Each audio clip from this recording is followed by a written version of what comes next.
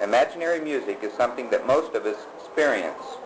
It has probably occurred when a subject says, "I can't get that tune out of my head." Inner music can occur in the form of a simple unaccompanied tune or with the nuances of imagined harmonies. Imaginary music may be heard with or without accompanying words, with or without visual imagery. Inner music can occur without much emotion, or as Penfield has demonstrated, it can come with powerful feelings. A subject can experience imaginary music when awake, or occasionally inner music comes as a part of a dream. He can have inner music at will, or he can suddenly become aware of this non-voluntary music in his head. As Augustine pointed out, inner music can be recognized as something previously composed, or the experience of this silent music can be of something never before organized as musical form. There are various types and variations of the experience of inner music. As music of the imagination, silent music occurring in thought is a separate reality from actually acoustically sounding music. Inner music is as much of a psychological reality as our dreams. Most people experience this type of auditory imagery at one time or another. The significance of inner songs as psychological structures is obvious in the power songs of American Indians. Many of these songs were first heard inwardly and dramatically illustrate the power of inner music to motivate and affect action. Hearing imaginary songs is part of the vision quest as described by Neihardt. Underhill found the incubation of songs prevalent among the Papagos. Seeking such songs is a traditional part of the religious beliefs of many tribes. Black Elk detailed many of the ritual procedures and wrote the words of his songs. When he was 5 years old, Black Elk had a vision which was very vivid. Just before he was about to shoot a kingbird with his bow and arrow, the bird spoke to him. The kingbird told him to listen, that a voice was calling him.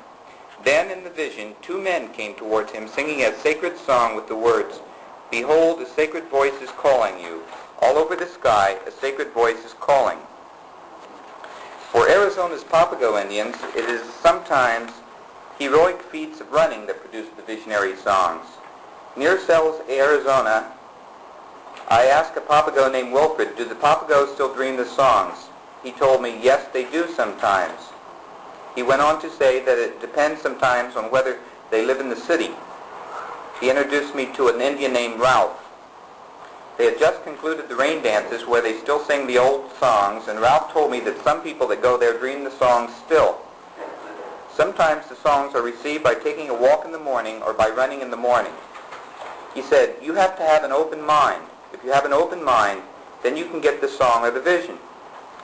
The methods of the Indian vision quest have recently been adapted by others. Locke gave songwriters suggestions on selecting a sacred place to dream, selecting a dream helper or guide, and making effective preparations. The difficulty of dealing with inner music lies not only in the fact that it occurs silently in a way that we cannot observe directly, but also in the fact that it occurs over a duration of time. Just as a duration of time is necessary for an experience of music in the acoustical sense, so is time necessary to a hearing of music mentally. Mozart's famous quote, where he referred to hearing a composition inwardly all at once, rather than the notes occurring in regular succession, may create questions as to the amount of time necessary to a mental imagining of a work. Gardner recently wrote, and I quote, "I do not think he meant that statement literally. Mozart was not, I submit, able to hear an entire 20-minute piece within a second or two. Rather, he seems to have employed a metaphor of some accuracy and power." Unquote. Is it possible that Mozart was referring to inner music in an altered state of consciousness and that the time required for his experience was shorter than we would think necessary? Masters in Houston have described techniques for obtaining inner music through guided imagery. Using a similar technique, I guided a young student identified as AM into a hearing of his own music.